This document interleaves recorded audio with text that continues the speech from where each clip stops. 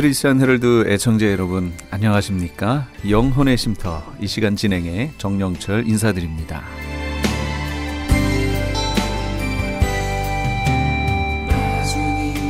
크리스천 헤럴드는 신문을 시작으로 라디오, 이제는 공중파 채널인 18.88을 통해 텔레비전으로도 함께 하실 수 있습니다. 이 시간에 방송되는 모든 목사님들의 설교를 인터넷 웹사이트 www.chtv1888.org를 통해 다시 들으실 수 있습니다. 하루를 귀한 말씀과 찬양으로 마감하시는 시간 되시기 바랍니다.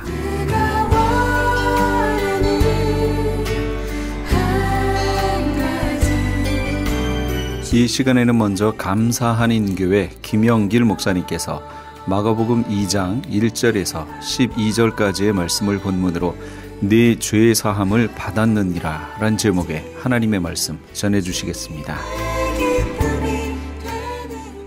그가 중풍병으로 쓰러졌을 때 많은 사람들이 놀라고 안타까워했을 것입니다.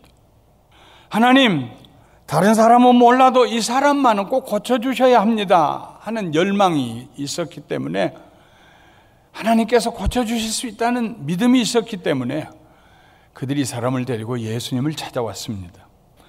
예수님의 집에 도착해 보니 인산인해를 이루고 있습니다. 들어갈 틈이 없습니다. 모든 병든 사람들이 줄을 지어 서 있는데 아무도 양보해 주려고 않습니다. 아무리 들것에 뜸에 왔다고 할지라도 자기 손가락 아픈 것이 더 고통스럽게 생각됩니다. 줄 서요. 다들 아침부터 와 있었어요. 저 뒤로 가 줄 서세요. 문 밖 골목까지 사람들로 가득 차 있어서 도저히 들어갈 수가 없습니다. 그때 누군가가 말합니다. 지붕 뚫고 내려가면 되지 뭐. Think out of box라는 말이 있는데, 기상천외한 생각을 어떤 사람이 말했습니다. 그러면 되겠구만. 그래서 지붕 위로 올라갔습니다. 중동 지방의 가난한 사람들의 집 구조처럼 당시 이스라엘의 보통 집들은 모두 지붕을 가느다란 나무 가지들로 엮고 그 위에 흙을 발라서 지붕으로 삼았습니다. 지금도 아프가니스탄 같은 나라에 가면 흙으로 지은 집들이 있는데, 여름에 비가 많이 오고 지나가면 반드시 다시 흙을 바릅니다. 매년 바릅니다. 흙을 뜯어내고 그리고 나무 가지를 뜯어냈습니다. 정확하게 예수님이 어디 앉아 계시는가를 계산해가지고 그 위를 뜯어냈습니다. 그 과정에서 사람들이 소리치고 비난하는 모습, 그럼에도 불구하고 아랑곳하지 아니하고 지붕을 뜯어내는 사람들의 결의에 찬 얼굴, 성경은 이런 묘사들은 생략합니다. 그건 우리들이 상상에 맡깁니다. 한참 시간이 흐른 후에 예수님 앞으로 중풍병자의 침상이 줄에 매달려서 내려왔습니다. 사람들은 예수님을 쳐다보았습니다. 무슨 말씀을 하실까? 어떤 반응을 보이실까? 자기 집에 지붕을 다 망가뜨려 놨는데 저렇게 무례한 사람들에게 예수님은 무슨 말씀을 하실까? 사람들은 내려오는 중풍병자를 보았습니다. 예수님을 보았습니다. 그런데 예수님은 그 내려오는 중풍병자와 그 중풍병자를 내리고 있는 사람들의 믿음을 보셨습니다. 믿음은 손으로 잡을 수 있는 물질이 아닙니다. 믿음은 글로 표현할 수 있는 이론도 아닙니다. 방의 안팎에 있던 사람들은 믿음을 볼 수가 없었습니다. 그들의 무례함만 보았습니다. 그런데 예수님은 그들의 믿음을 보셨습니다. 성경이 말하는 믿음은 오직 하나님을 향한 우리들의 영적인 자세이기 때문에 사람은 볼 수가 없습니다. 하나님만 보실 수가 있습니다. 때때로 우리가 저 사람 참 믿음 좋은 사람이야 할 때도 그 사람의 믿음이 정말 하나님 보시기에 좋은 믿음인지 아닌지는 하나님만 아십니다. 믿음을 보시는 분은 하나님이십니다. 마태복음 9장에 보면은 예수님은 12년 동안 하혈을 하던 여인에게서 그런 믿음을 보셨습니다. 내가 예수님의 옷자락만 만져도 계속해서 12년 동안 흘러내리는 이 피가 멈출 것이다 하는 믿음이 생겨서 와서 사람들 틈을 헤집고 와서 예수님의 옷자락을 만질 때 예수님의 몸으로부터 능력이 나가서 그 순간에 그 여인의 피가 흐르던 것이 멈추었습니다. 자기 몸이 나은 것을 알았습니다. 그때 예수님이 돌아보시면서 말씀하십니다. 누가 내 옷에 손을 대었느냐. 앞으로 나와서 자기의 형편을 얘기한 그 여인에게 그 여인의 믿음을 예수님께서 칭찬해 주십니다. 내 믿음이 너를 구원하였다. 마태복음 9장에서 두 맹인이 예수님을 따라오면서 다윗의 자손이여 우리를 불쌍히 여기소서 하고 부르짖습니다. 예수님께서 그들에게 물으셨습니다. 내가 능히 이 일 할 줄을 믿느냐? 예, 그렇습니다. 그때 예수님께서 그들의 눈을 만지시며 너희의 믿음대로 되라 하십니다. 그리고 그들이 눈이 밝아졌습니다. 아무도 그들 속에 믿음이 있다는 걸 볼 수가 없었습니다. 그들 자신도 우리는 믿음이 있습니다 하고 얘기하지도 않았습니다. 예수님은 보셨습니다.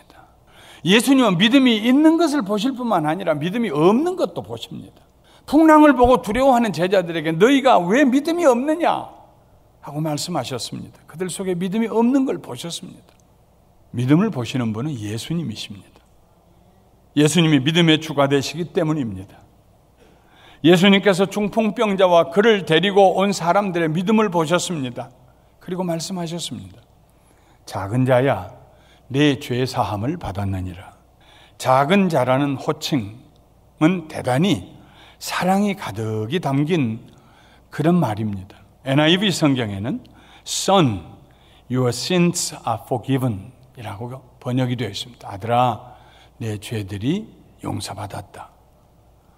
예수님께서 그들의 믿음을 보시고 아무도 보지 못하는 그들의 믿음을 예수님이 혼자 보시고 한껏 사랑을 담아서 부르십니다. 아들아, 내 죄사함을 받았느니라. 엉뚱한 시간에 대단히 불편한 방식으로 그 자리에 내려온 그 중풍병자를 예수님께서는 하나님의 사랑으로 맞아주십니다. 그 사랑은 죄인을 용서하시는 사랑입니다. 아들아, 내 죄사함을 받았느니라. 그때까지만 해도 예수님 주변에는 바리새인들과 서기관들이 뒤따라 다녔습니다.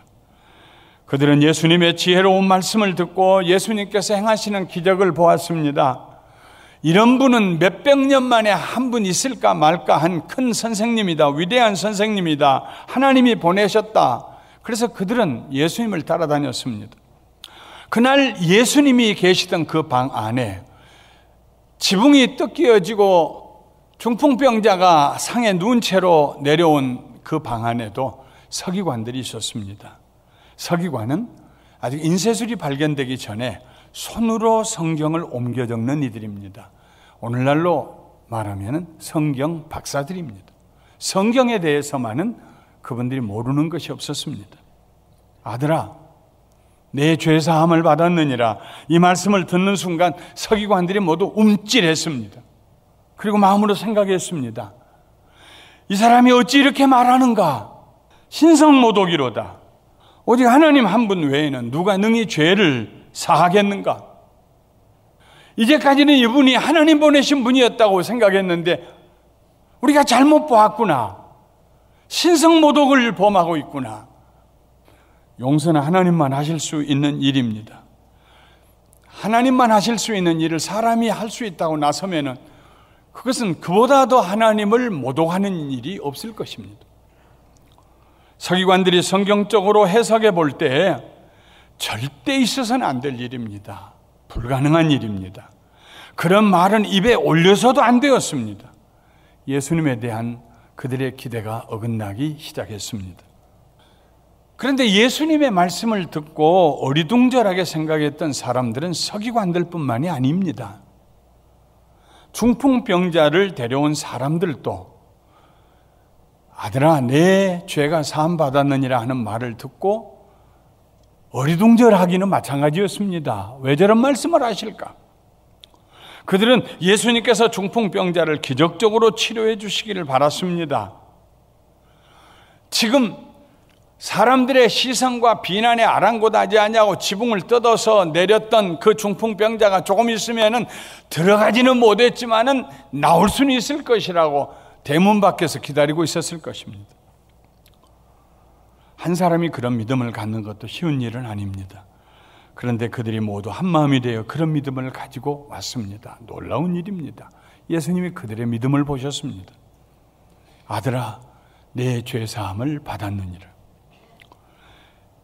처마 밑에 있던 사람들이 기다리다가 지쳐서 지붕 위에 있는 사람들에게 물어봅니다. 어이, 어떻게 돼가? 예수님이 뭐라고 하셔? 그 사람 지금 고쳐주시고 있어? 지붕 위에 있는 사람들이 입에다가 손을 대고 아래를 내려다보면서 말합니다. 아니요, 그냥 아들아, 내 죄가 사함받았느니라 그 말씀밖에 안 해요. 그 말씀뿐이야? 예. 아니, 고쳐주셔야지. 내 죄가 사함받았느니라 하는 말이 무슨 소용이 있을까? 무슨 유익이 있을까 싶었습니다. 그 사람에게 무슨 죄가 있는지도 사람들은 알 수가 없었습니다.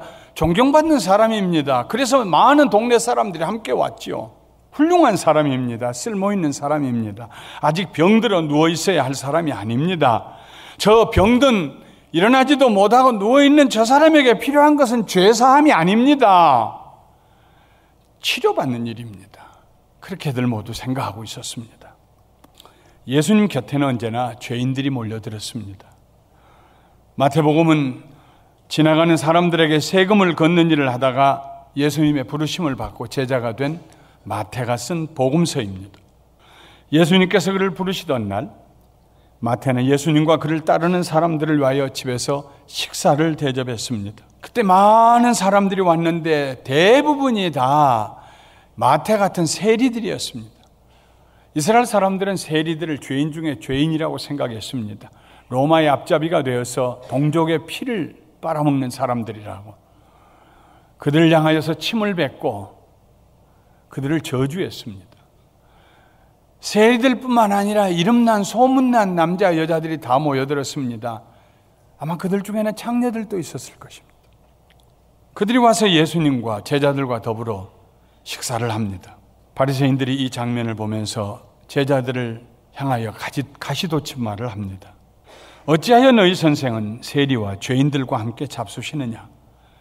그때 예수님께서 이렇게 대답하셨습니다. 건강한 자에게는 의사가 쓸데없고 병든 자에게라야 쓸데있느니라. 너희는 가서 내가 긍휼을 원하고 제사를 원하지 아니하노라 하신 뜻이 무엇인지 배우라. 나는 의인을 부르러 온 것이 아니요 죄인을 부르러 왔노라. 예수님께서 죄인을 부르러 오셨으니까 예수님 주변에 죄인들이 모여드는 건 당연한 일이었죠. 예수님의 1차적인 관심은 죄의 용서였습니다. 예수님이 세상에 오셔서 처음 하신 말씀이 회개하라, 천국이 가까웠느니라는 말씀이었습니다. 병자들을 치료하는 일보다 더 중요했습니다. 사실은 병자가 치료받는 기적도 죄의 용서와 함께 왔습니다. 예루살렘은 성전에 있는 솔로몬의 행각에 38년 동안 누워 지내던 병자를 예수님이 만나셨습니다. 그리고 고쳐주셨습니다. 고치시면서 예수님이 하신 말씀이 다시는 죄를 짓지 말라 하시는 말씀이었습니다. 왜 죄를 용서하는 일이 예수님에게 그렇게 중요했을까요? 죄 용서 받아야 구원받기 때문입니다. 죄 용서 받아야 하나님의 자녀들이 되기 때문입니다. 죄 용서 받아야 천국에 가기 때문입니다. 아들아, 내 죄가 사함 받았느니라 하고 말씀하실 때 내 죄가 사함 받음으로 내가 하나님의 아들이 되었다는 말씀입니다. 예수님을 믿고 우리가 받을 수 있는 가장 큰 축복은 죄의 용서입니다. 아들아, 내 죄 사함을 받았느니라. 이 말씀을 듣고 서기관들은 분을 내었습니다. 그리고 함께 온 사람들은 무엇인가 부족하고 아쉽다고 생각했습니다. 그러면 들것에 들려 지붕을 뚫고 그 자리에 내려온 그 사람, 그 본인은 어떤 생각을 했을까요? 그의 반응은 어떤 것이었을까요? 예수님은 그를 데리고 온 사람들의 믿음을 보셨지만 죄를 용서하신다는 선언은 그 중풍병자 개인에게만 하셨습니다. 우리의 죄를 용서하시기 위하여 이 세상에 오신 예수님께서 죄 사함을 받아야 할 절대 필요가 있는 그 사람을 향하여서 그의 눈을 쳐다보시면서 하신 말씀입니다. 사람들에게 알지 못하는, 사람들이 알 수 없는 그 사람만 아는 죄가 있었습니다. 성경 원문에 보면은 죄가 아니고 복수입니다. 죄들입니다. 많은 죄들입니다. 이 사람을 마비시킨 것은 손상된 뇌가 아닙니다. 손상된 신경이 아닙니다. 그가 범했던 많은 죄들이 그를 짓누르고 무기력하게 만들었습니다. 이 사람의 영혼이 지금 간절히 원하는 것은 중풍병의 치료보다도 죄의 용서였습니다. 예수님께서 그 사실을 보고 계셨고, 그리고 그 들것에 누워있는 그 사람이 그 사실을 알고 있었습니다. 사람들은 중풍병을 더 크게 생각합니다. 그러나 예수님은 죄의 문제를 더 크게 보셨습니다. 중풍병이 치료되어도 죄의 문제가 해결되지 않으면 언젠가는 또다시 병들 것입니다. 상태는 더 나아지지 않을 것입니다. 차라리 누워있으면 죄라도 덜 짓게 될지 모릅니다. 근본적인 죄의 문제가 해결되지 않은 채 일어나 다시 다니게 된다면 그는 이미 지은 많은 죄 위에 더 많은 죄를 짓게 될지도 모릅니다. 예수님은 그 사람에게 지금 가장 필요한 것이 무엇인지 아셨습니다. 그것은 죄와 사망의 권세의 종로로 다는 일에서 벗어나는 일이었습니다. 겉으로 보기에는 멀쩡한데 동네 사람들의 존경을 받고 있는데 그가 중풍 걸려 쓰러졌다는 것 때문에 모든 사람이 안타까워하는데 사실 그의 내면에는 자기 자신도 받아들일 수 없는 더럽고 초한, 그렇게 살고 싶지 않은데도 자꾸만 그렇게 사라지는 죄에 종살이하는 자기 모습을 다른 사람은 몰라도 그는 알고 있었습니다. 바울은 에베소서 2장 1절과 2절에 이렇게 말했습니다. 그는 예수님을 가리킵니다. 예수님은 허물과 죄로 죽었던 너희를 살리셨도다. 그때 너희는 그 가운데서 행하여 이 세상 풍조를 따르고 공중에 권세 잡은 자를 따랐으니 곧 지금 불순종의 아들들 가운데서 역사하는 영이라. 공중 권세 잡은 사탄과 마귀가 그 사람을 사로잡아서 종살이 시켜서 원치 않음에도 불구하고 죄를 범하며 살게 만듭니다. 예수님께서 이 사람을 지금 그 공중 권세 잡은 악한 사탄의 속박에서 자유하게 하고 계십니다. 노연하게 하고 계십니다.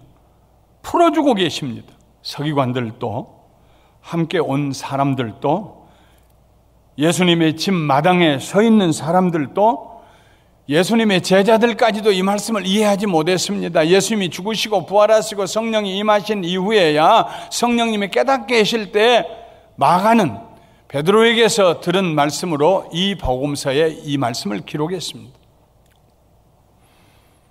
그들의 무지함을 답답하게 여기셨던 예수님께서 어떻게 자기가 하나님도 아니면서 죄 용서한다고 하느냐, 신성모독이다 하고 수군거리는 서기관들을 향하여서 이렇게 질문하셨습니다.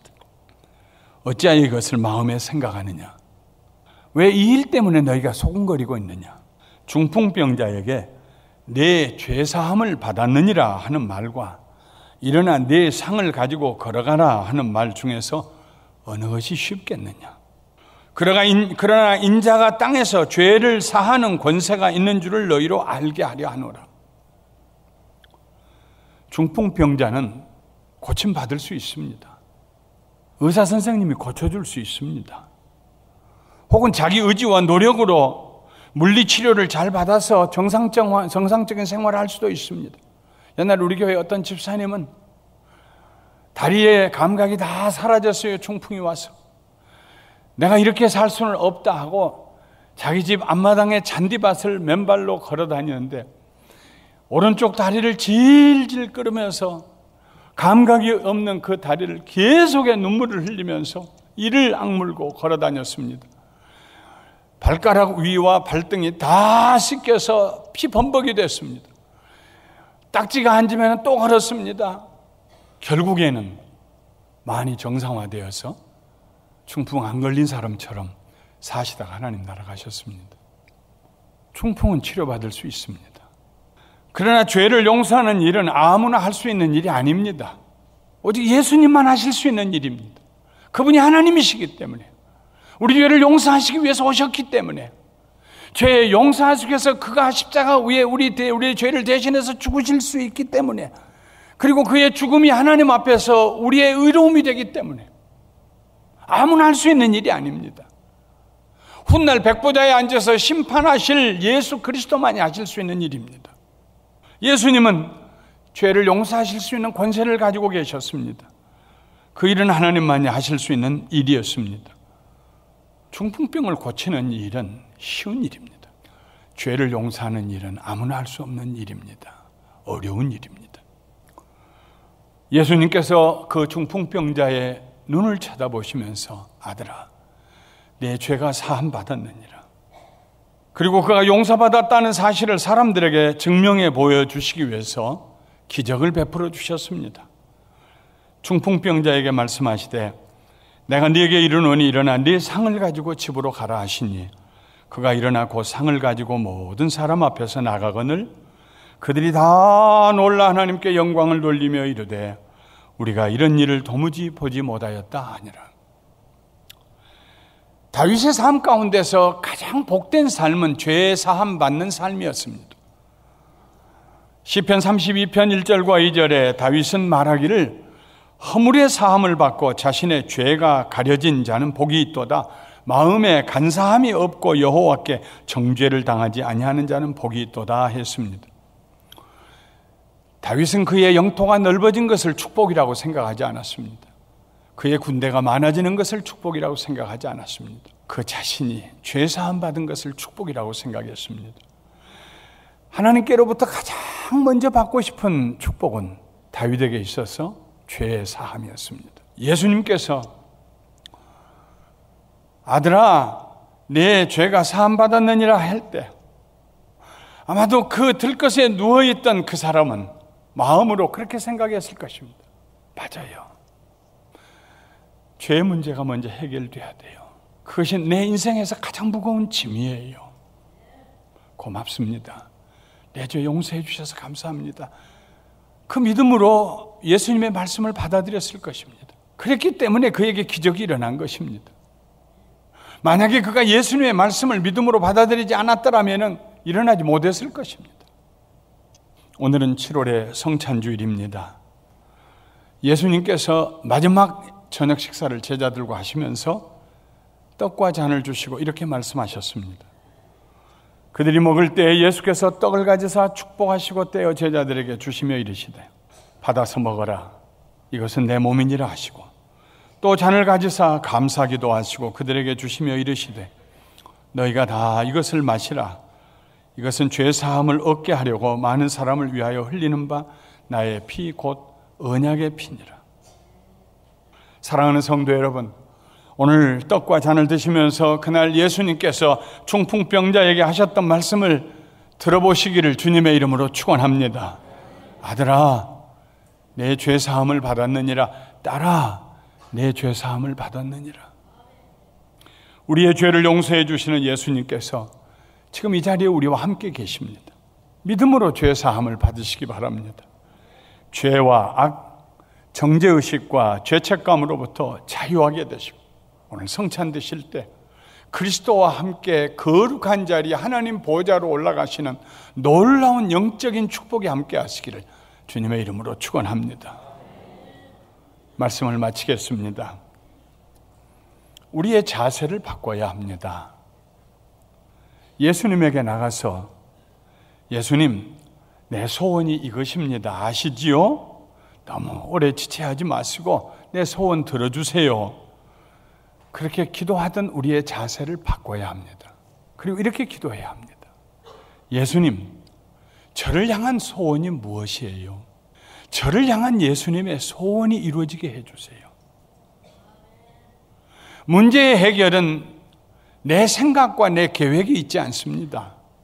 예수님의 생각과 예수님의 계획과 예수님의 능력이 있습니다. 예수님은 우리의 영혼이 우리 자신조차도 알지 못하는 우리 영혼의 깊숙한 곳에서부터 솟구쳐 오르는 간절한 소원이 무엇인지를 다른 사람은 보지 못하는 그 소원을, 우리도 보지 못하는 소원을 예수님은 보십니다. 주님, 내일은 제가 좀 은혜로운 설교를 하고 싶어요. 주님, 무슨 말씀 할까요? 그런데 뜻밖의 주님 말씀하십니다. 아들아, 내 죄 사함을 받았느니라. 주님, 제가 교회에서 이런 역할을 맡았어요. 이런 직분을 맡았어요. 어떻게 하면 잘할 수 있을까요? 우리의 눈을 뚫어지게 쳐다보시면서 말씀하십니다. 딸아, 내 죄 사함을 받았느니라. 나머지는 그 다음에 따라옵니다. 우리를 향하신 예수님의 소원은 죄의 용서입니다. 죄로부터의 자유입니다. 거룩하고 흠없는 삶입니다. 그래야 예수님과 동행할 수 있으니까요. 그래야 고침받고 일어나 다녀도 유익이 있을 것입니다. 그래야 축복을 받아도 유익이 있을 것입니다. 모든 축복들은 용서받은 그 이후에 따라와야 합니다. 아들아, 내 죄사함을 받았느니라. 딸아, 내 죄사함을 받았느니라. 오늘 예수님의 이 음성을 들으시기를 주님의 이름으로 축원합니다. 지금까지 감사 한인교회 김영길 목사님께서 귀한 하나님의 말씀 전해주셨습니다. 감사 한인교회는 6959 너트 애비뉴 부에나팍에 위치하고 있습니다. 신앙상담에 도움을 받기 원하시는 분은 714지역 521-0991 714지역 521-0991번으로 문의하시기 바랍니다. 아니, 당신 미장원 다녀왔어? 헤어스타일이 확 바뀌었네. 홈쇼핑월드 차홍 고데기로 마술을 부렸지. 홈쇼핑월드 차홍 고데기? 차홍 허니앤비 샴푸로 머리 감으면서 차홍 헤어두피 마사지를 쓰면 머릿결이 너무너무 부드러워지고 한 움큼씩 빠지던 머리카락도 눈에 띄게 덜 빠져. 차홍 고데기 너무 좋아. 그럼 그 웨이브 머리도? 당연하죠. 3, 4분이면 이렇게 풍성한 웨이브 머리를 만들 수 있다고요. 너무 이쁘다. 어디서 샀어? 홈쇼핑월드. 가격 만족, 품질 만족, 행복한 쇼핑. 활가와 웨스턴 홈쇼핑 월드. 미국 최초 서든 캘리포니아 세미너리 상담심리학 석사와 결혼가족 치료사, 상담심리학 박사 한국어 과정. 캘리포니아 심리학협회가 인정한 서든 캘리포니아 세미너리. 과정 수료 시 캘리포니아 면허 시험 응시 자격이 부여되며 면허 취득 시 직접 클리닉도 오픈하실 수 있습니다. 저렴한 학비, 다양한 장학금으로 학비 걱정도 끝. 한국어로 편하게 배우는 심리학 석박사 과정. 서든 캘리포니아 세미너리 323-529-3339 323-529-3339. LA 한인타운에 있는 프레이즈 교회에서 이번 주 토요일인 7월 9일에 제2차 요한계시록 세미나를 개최합니다. 계시록 7교회를 시작으로 7년 대환란, 적그리스도는 누구인가, 휴거는 언제 일어나는가, 베리칩은 짐승표인가, 그리고 한 번 구원은 영원한 구원인가 등 계시록의 핵심 키워드를 중심으로 세미나가 진행됩니다. 세미나 참가비는 교재와 점심 식대비로 10불이며 목사님을 비롯한 목회자는 참가비가 없습니다. 계시록의 말씀을 배우길 원하는 성도님들은 이번 주 7월 9일 토요일 오전 10시까지 2668 웨스트 피코 블루버드 한인타운 피코와 켄모어가 만나는 곳에 있는 프레이즈 교회로 오시거나 전화 213-700-9833 213지역 700-9833번으로 문의하시기 바랍니다.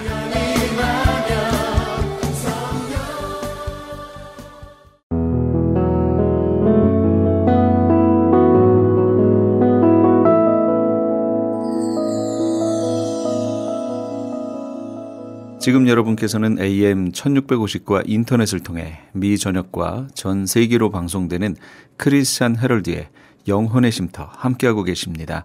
방송 시간과 설교 편성표는 크리스찬 헤럴드 신문 주간 편성표나 홈페이지 chtv1888.org에서 확인하실 수 있습니다.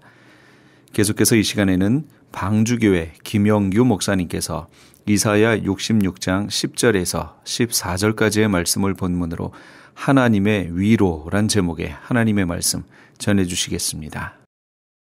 비록 하나님 아버지 앞에 나와서 제사를 드리고 예배를 드리지만은 진정한 기쁨을 맛볼 수가 없었습니다. 그들에게 즐거움이 없었습니다. 그러나 오늘 10절 말씀에 그와 함께 기뻐하라, 다 그와 함께 즐거워하라 했습니다. 정말 우리가 하나님과 함께 할 때 진정한 기쁨을 맛볼 수 있게 되는 것입니다. 그리고 오늘 우리가 하나님과 함께 할 때 진정한 즐거움을 우리가 얻을 수가 있다는 것입니다. 다 그의 기쁨을 인하여 그와 함께 기뻐하라 했습니다. 정말 하나님의 기뻐하심을 인하여서 오늘 우리가 기뻐해야 되는 것입니다. 오늘 하나님과 관계없는 그런 예배를 드리면서 오늘 우리가 기뻐하고 우리가 만족하고 우리가 즐거워하는 것이 아니라 정말 하나님께서 주시는 그 기쁨으로 인해서 우리가 기뻐하고 하나님께서 우리에게 즐거움 주시는 그 즐거움으로 우리가 즐거워할 수 있어야 된다는 것입니다. 하나님을 신뢰하고 하나님과 함께하는 자는 하나님께서 주시는 기쁨을 누릴 수가 있다는 것입니다. 이 시간에 우리는 하나님께서 우리와 함께 하시기를 원하시는 그 사실을 기억해야 되는 것입니다. 오늘 그러나 이스라엘 백성들은 하나님께서 함께 하는 것을 원하시는 것을 잊어버리고 그들의 소견대로 행했습니다. 그들의 생각대로 행했던 것입니다. 사사기서 21장 25절 말씀입니다. 그때 이스라엘에 왕이 없으므로 사람이 각각 그 소견에 옳은 대로 행하였더라. 이스라엘에 왕이 없으므로 각각 사람들이 자기 소견대로 옳다고 생각해서 행했다는 것입니다. 오늘 이스라엘 백성이 애굽 땅에서 출애굽하여 가나안 땅으로 인도하신 하나님을 왕으로 모시면은 하나님께서 그 백성을 거룩한 나라, 거룩한 백성으로서 다른 모든 민족들에게 복을 끼치는 그 백성으로 세워주실 것인데 그들은 가나안으로 들어가자마자 하나님을 왕을 모시기를 거절하고 바알과 아스라를 섬겼으며 자기 생각대로 행할 수밖에 없었습니다. 자기 생각대로 행하니까 죄를 일삼았던 것입니다. 오늘 하나님으로 왕을 모시지 않냐고 우상을 섬기고 바알과 아스라를 섬겼던 그 우상을 왕으로 섬겼기 때문에 이스라엘 백성은 범죄할 수밖에 없고 제약된 그 삶을 살 수밖에 없었다는 것입니다. 오늘 사사기가 우리에게 이야기하는 내용이 그것입니다.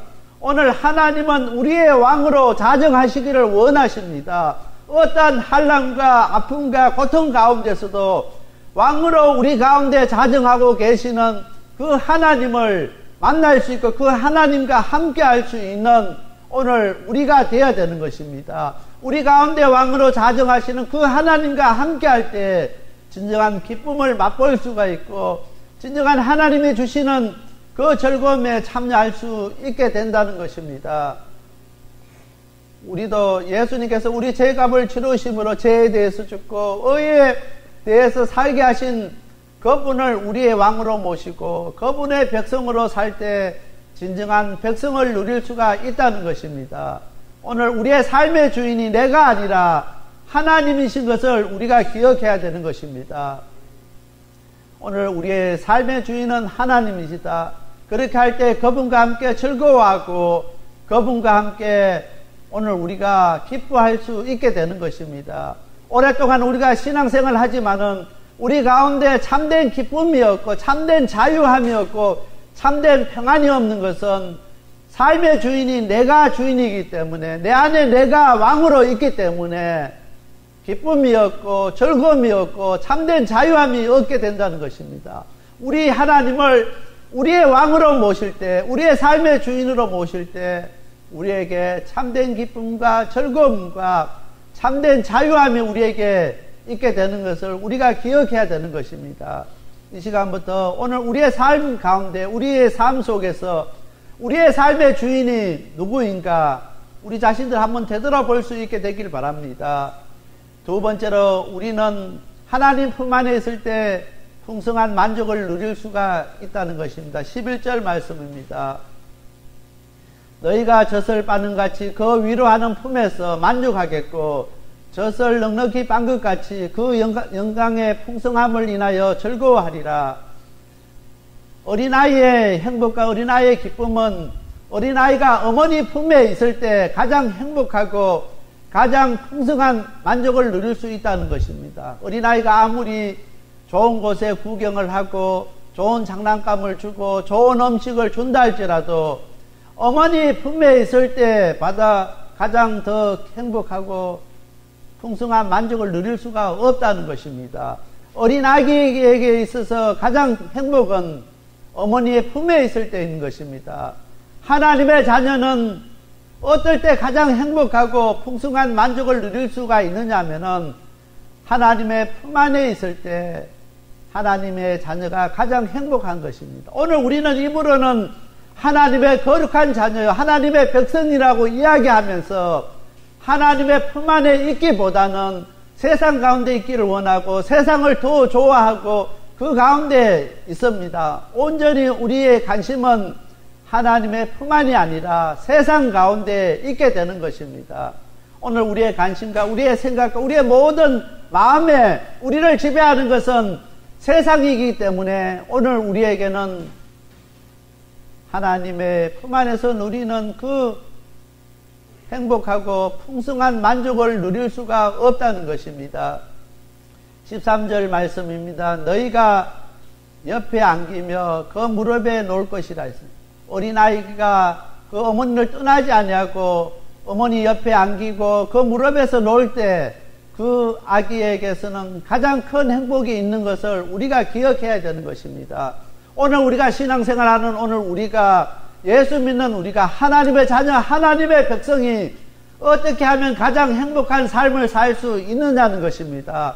하나님의 품을 벗어나시지 마시길 바랍니다. 오늘 아침에 눈을 뜨고 하루 종일 우리가 삶 가운데 살아가면서 또 우리가 잠자리 들 때까지 항상 우리가 하나님을 의식하고 우리가 하나님의 품 안에 있기를 기도하면서 그렇게 살아갈 수 있게 되길 바랍니다. 오늘 우리가 하나님의 품 안을 떠나지 아니하면은 우리가 하나님의 주시는 가장 행복하고 가장 풍성한 만족을 누릴 수가 있다는 것입니다.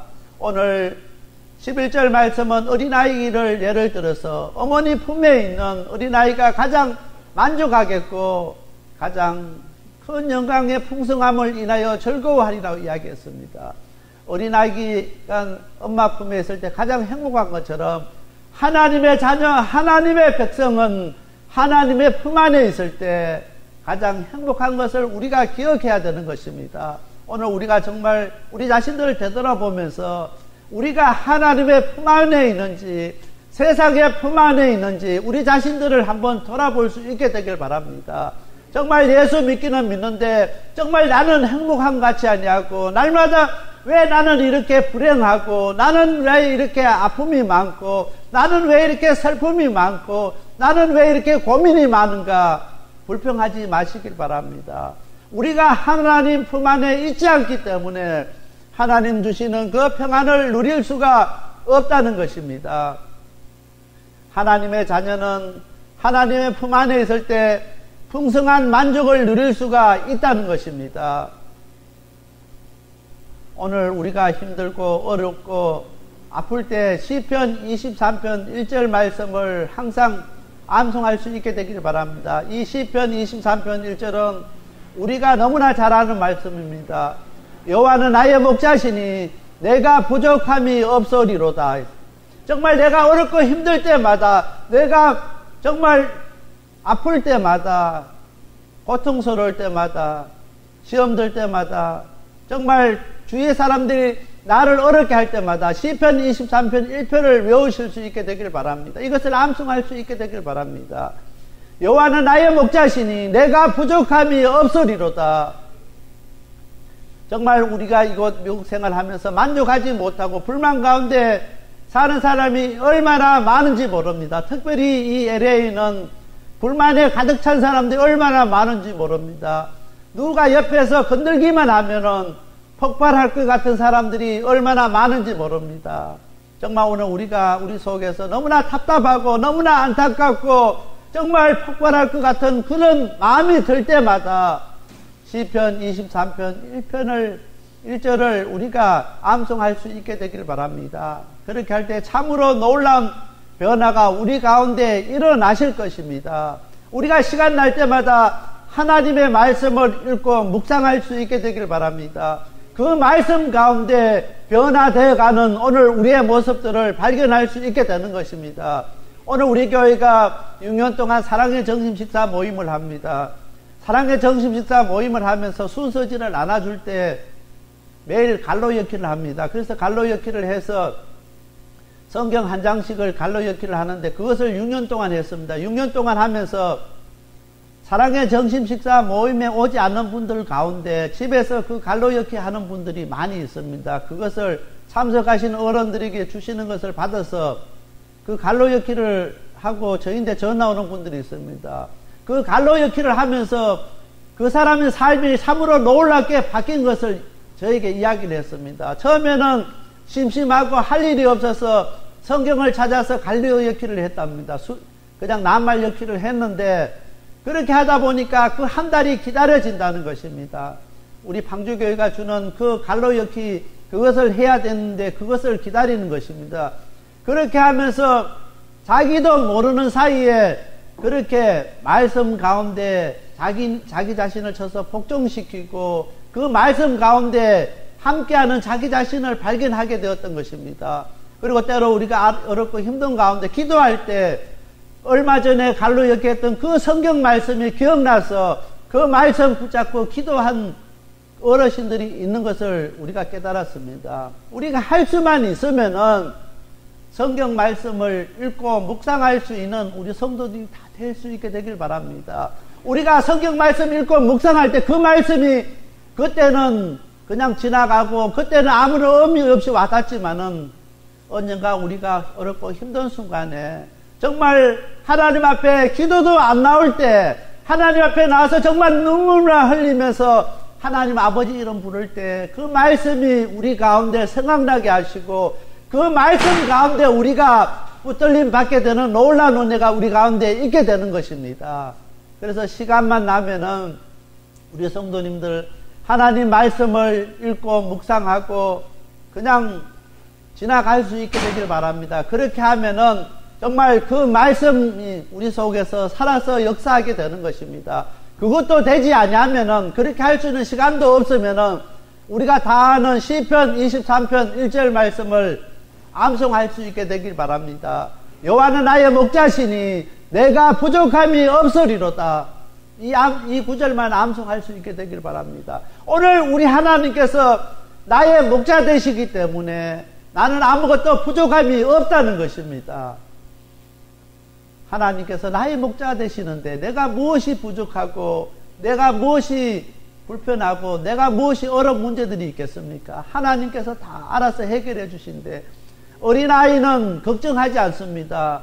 어머니가 다 해결해 주기 때문에 무엇을 먹을까 무엇을 어떻게 할까 어린아이는 걱정하지 않습니다.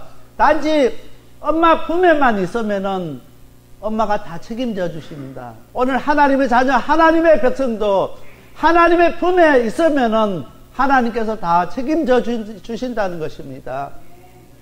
제가 어릴 때 빨리 어른이 되고자 했습니다. 왜냐하면 어른들인데 간섭받는 것이 싫어서 할 수만 있으면은 빨리 어른이 되어서 독립하고 싶었습니다. 그래서 중학교 다닐 때 고등학교 다닐 때 어떻게 하면 내가 빨리 나이를 더 빨리 먹을 수 있을까? 어떻게 하면은 정말 내가 빨리 어른이 될 수 있을까?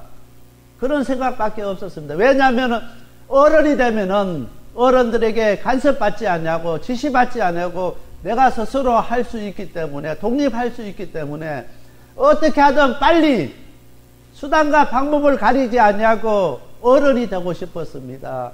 그래서 시간이 흘러서 어른이 되고 난 이후에 그때가 중학교 시절, 국민학교 시절 그때가 정말 행복했고 그때가 정말 즐거웠고 그때가 정말 내 인생에서 가장 아름다운 시간들이었다는 것을 깨닫게 되는 것입니다.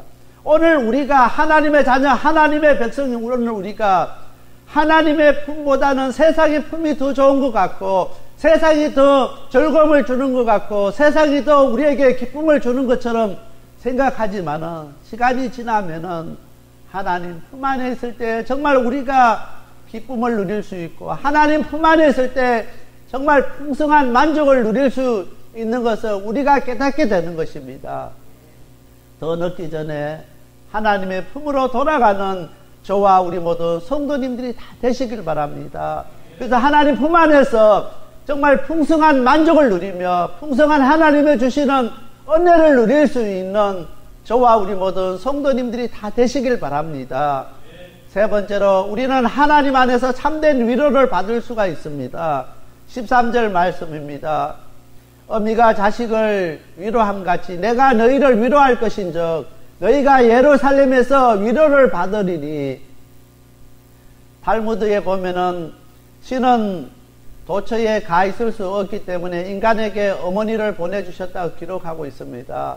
어머니의 자식 사랑은 세상의 그 어떤 것으로도 바꿀 수 없는 위대한 것입니다. 그래서 아무리 나이 든 사람이라도 어머니를 이야기하면은 눈물을 흘리고 글썽입니다. 그마침 우리가 어머니를 잊지 못하기 때문에 그 어머니 사랑을 깨닫지 못하기 때문에 어머니만 생각하면은 눈물이 나고 가슴이 저미어 오는 것은 그 어머니 사랑이 때문인 것입니다. 오늘 우리가 예수 믿는 사람으로서 정말 예수님을 생각하고 예수님의 이야기만 들어도 정말 가슴이 저며지고 눈물이 나는 오늘 우리가 되어야 된다는 것입니다. 그렇게 할 때 정말 진정 주님의 사랑 안에 거하는 오늘 우리가 될 수 있다는 것입니다.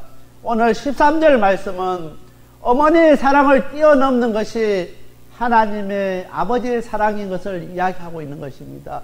어머니의 위로를 뛰어넘을 수 있는 것은 이 세상에 하나님의 위로밖에 없는 것을 이야기하고 있는 것입니다. 우리 어머니가 우리를 사랑해 주셨고 어머니가 우리를 위로해 주셨는데 그보다 더 큰 위로와 더 큰 사랑은 하나님 아버지 사랑이고 하나님 아버지의 위로인 것을 오늘 13절은 이야기하고 있게 되는 것입니다. 하나님은 독생자 예수님을 십자가에 죽으시면서까지 우리를 사랑하시고 오늘 우리를 구속해 주시고 우리를 자녀 삼아 주셨습니다. 오늘 우리는 그 사실을 우리가 기억해야 되는 것입니다. 예수 그리스도 안에 있을 때 우리가 참된 위로를 받을 수 있다는 것입니다. 많은 사람들은 세상 사람들에게서 위로를 받고 세상 사람들에게서 도움을 받고 세상 사람들에게서 어떠한 것을 얻으려고 합니다. 오늘 우리 성도님들은 세상 사람들에게 위로받기보다는 우리 예수님 앞에 나올 수 있게 되길 바랍니다. 예수님 앞에 참된 위로를 받는 저와 우리 모든 성도들이 다 되시길 바랍니다. 세상 사람들은 우리를 위로할 때 그냥 형식적으로 위로할 수 있습니다. 그 사람들 마음속에는 우리를 위하는 마음이 하나도 없는데 어쩔 수 없이 우리에게 말로만 위로할 수가 있습니다. 형식적으로 우리를 위로하고 형식적으로 우리를 안타까워할 수가 있습니다. 그러나 우리 예수님은 우리를 위로하실 때 형식적으로 하지 않습니다. 우리를 위하여 십자가에 죽기까지 우리를 사랑하시는 분이시기 때문에 우리를 그냥 위로하지 않습니다. 그냥 우리를 그냥 사랑하시지 않는다는 것입니다. 죽기까지 우리를 사랑하셨던 그분이시기 때문에 그분에게서는 참된 위로가 있게 되는 것입니다. 오늘 많은 사람들은 여기 가서 위로를 받고 저기 가서 위로를 받고 또 저 사람들과 이야기하면서 마음에 답답한 거 내려놓으려고 이야기합니다. 그렇게 하지 마시길 바랍니다. 우리 주님 앞에 나와서 하나님 내가 힘듭니다. 내가 이렇게 아프고 내가 이렇게 어렵고 내가 이렇게 고통스럽고 내가 이렇게 힘들어서 눈물 흘립니다. 우리 아버지 앞에 다 아뢰일 수 있는 다 털어놓을 수 있고 다 내려놓을 수 있는 저와 우리 모든 성도님들이 다 되시길 바랍니다. 그렇게 할 때 우리 하나님 아버지께서 주시는 참된 위로가 우리에게 넘치게 될 수 있습니다. 세상 의지하지 말고 세상 사람들 바라보지 말고 그 사람들에게 받으려고 애쓰지 마시길 바랍니다. 하나님께서 주시는 참된 위로가 우리 가운데 있게 되기를 바랍니다. 날마다 정말 하나님 품 안에서 하나님 주시는 참된 위로가 넘치는 저와 우리 모든 성도님들이 다 되시길 바랍니다. 로마서 8장 38절 39절 말씀입니다.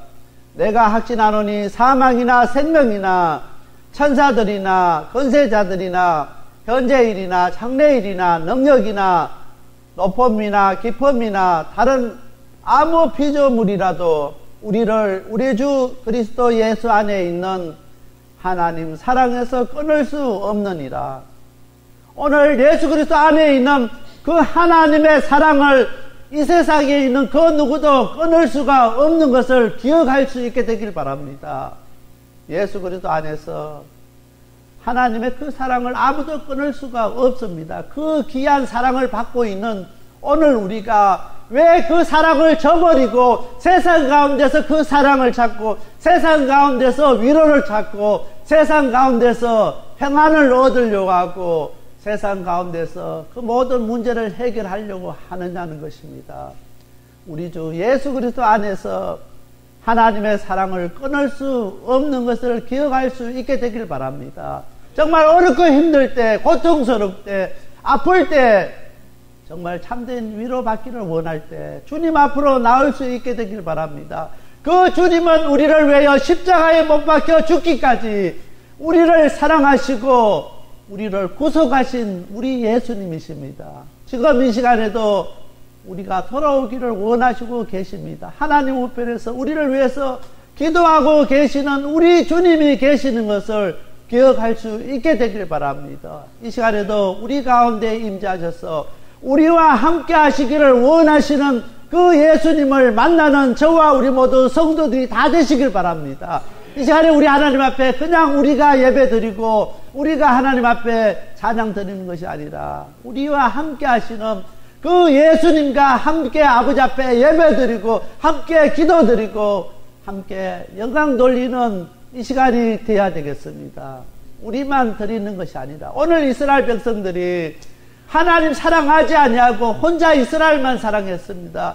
혼자 예루살렘 성전만 사랑했습니다. 그냥 하나님의 관심은 관계없이 그냥 하나님 앞에 제사 드리면서 자기들이 만족하고 정말 자기들이 그냥 위로받고 끝나버렸습니다.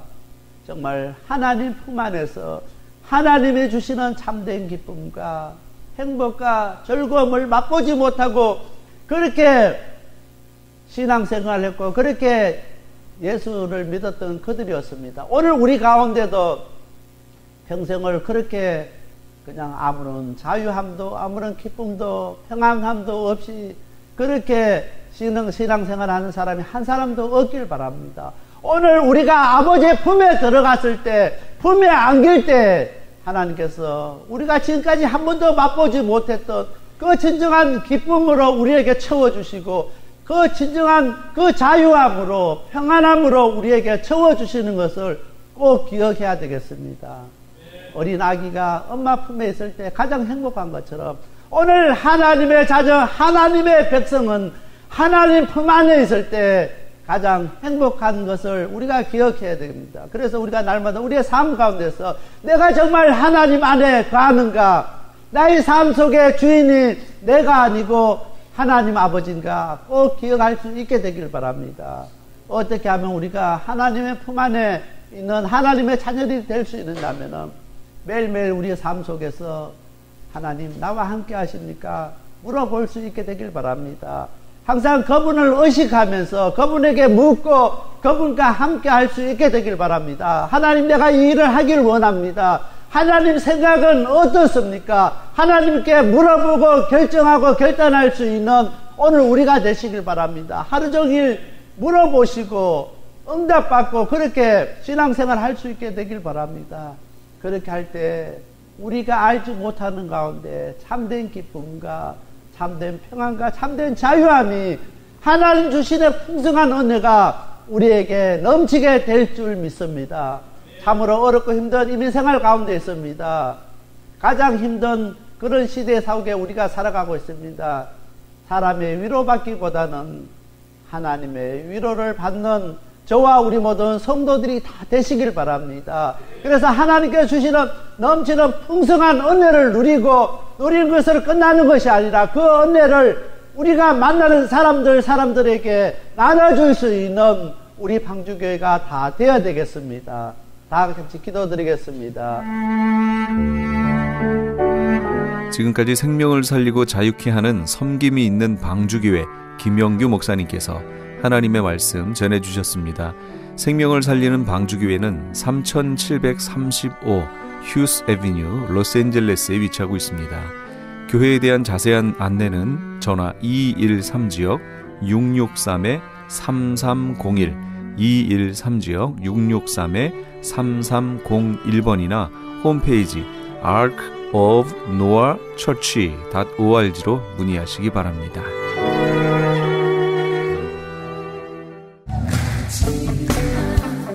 LA 한인타운에 있는 프레이즈 교회에서 이번 주 토요일인 7월 9일에 제2차 요한계시록 세미나를 개최합니다. 계시록 7교회를 시작으로 7년 대환란, 적그리스도는 누구인가, 휴거는 언제 일어나는가, 베리칩은 짐승표인가, 그리고 한 번 구원은 영원한 구원인가 등 계시록의 핵심 키워드를 중심으로 세미나가 진행됩니다. 세미나 참가비는 교재와 점심 식대비로 10불이며 목사님을 비롯한 목회자는 참가비가 없습니다. 계시록의 말씀을 배우길 원하는 성도님들은 이번 주 7월 9일 토요일 오전 10시까지 2668 웨스트 피코 블루버드 한인타운 피코와 켄모어가 만나는 곳에 있는 프레이즈 교회로 오시거나 전화 213-700-9833 213지역 700-9833번으로 문의하시기 바랍니다.